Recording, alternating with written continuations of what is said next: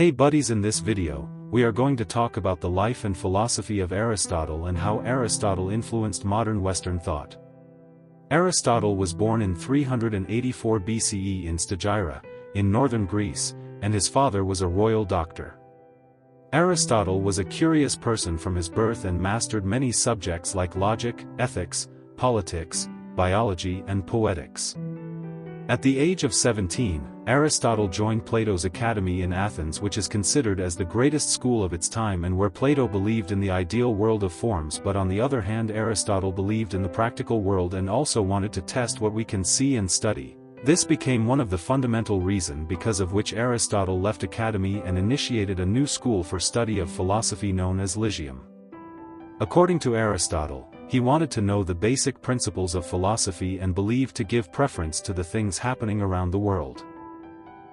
The roots of modern science started developing from the researches and discoveries done by ancients, and Aristotle plays a vital role in building up modern science. Aristotle was teacher of Alexander the Great, and one day during the training of Alexander, a horse became uncontrollable and was running so fast that no one could stop him when suddenly Aristotle comprehended the problem and said Alexander to turn the face of horse towards sun so that the horse is not able to observe his shadow and will be able to run, as he was afraid of his own shadow and believed that philosophy is an extension of science.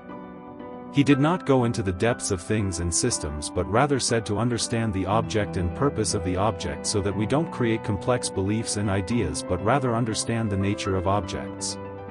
Aristotle believed in the concept of telos, in which he stated that there is always an ending goal and the purpose of human beings is to reach the highest virtues. Nicomachean Ethics was one of the prominent works of Aristotle, in which his goal was to describe ethics and how ethics align with your soul and make oneself virtuous, and in return virtue makes oneself happy. Aristotle also believed in hierarchy and stated that hierarchies are very essential for the sustenance of society. Aristotle's first philosophy on metaphysics was ousia, in which there is substance which only exists and is divided into two types: primary substance or individual things and secondary substance or species and genera. He also explained all physical things into forms and matter, and also explained the four causes, in which he explained material cause, formal cause, efficient cause, and final cause. The material cause is something when out of which something else is made, and examples of these are a statue material being made from marble or bronze, which shows the fundamental cause of the statue. The formal cause is forms and patterns which makes things what it is, in the example of the sculptor who carved the statue is the efficient cause. The efficient cause is the process that brings something into being, which basically means the creator or cause of beings. Final cause, which means the end goal or purpose for which something exists. For example, for a knife the final cause is cutting. According to Aristotle, the highest goal and virtue of life is eudaimonia, which means that the highest virtue for a man is to achieve happiness in life.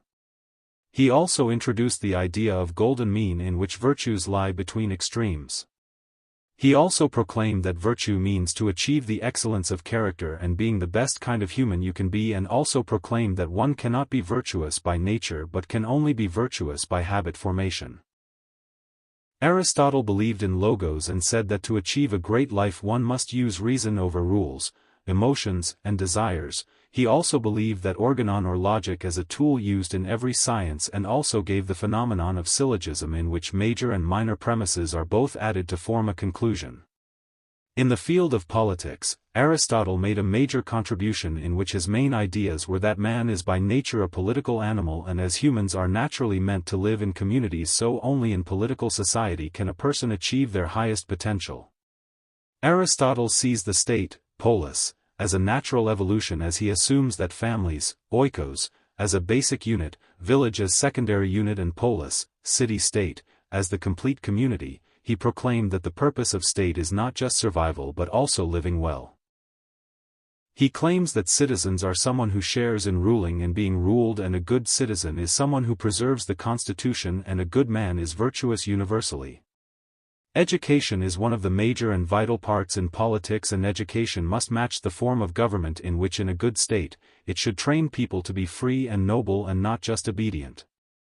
Aristotle also had a major role in rhetorics, in which he pointed out the importance of rhetorics, as articulation is one of the most important skills to represent ideas of an individual in front of masses.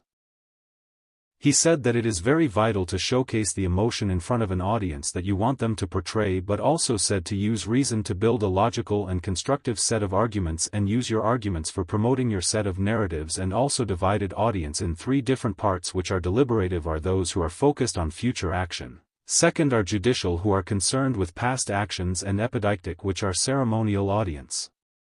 Aristotle had major contributions in poetry, especially in tragic and storytelling in early criticism, and one of his major books is Poetics, in which he explained the art of poetry.